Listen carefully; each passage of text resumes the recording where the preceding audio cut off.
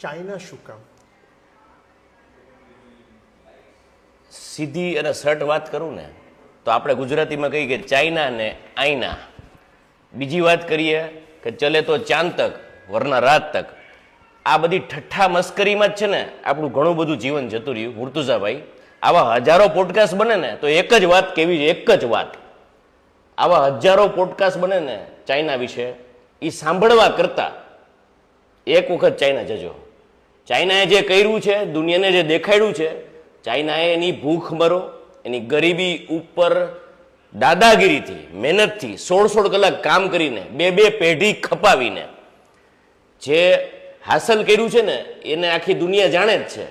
આપણે અજાણ છીએ ને એ આપણી ગરીબાઈ છે, માનસિક કબજિયાત છે. આ ચાઇના છે.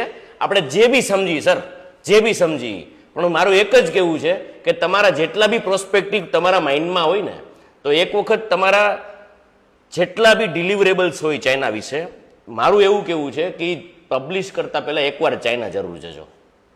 Thank you, very nice.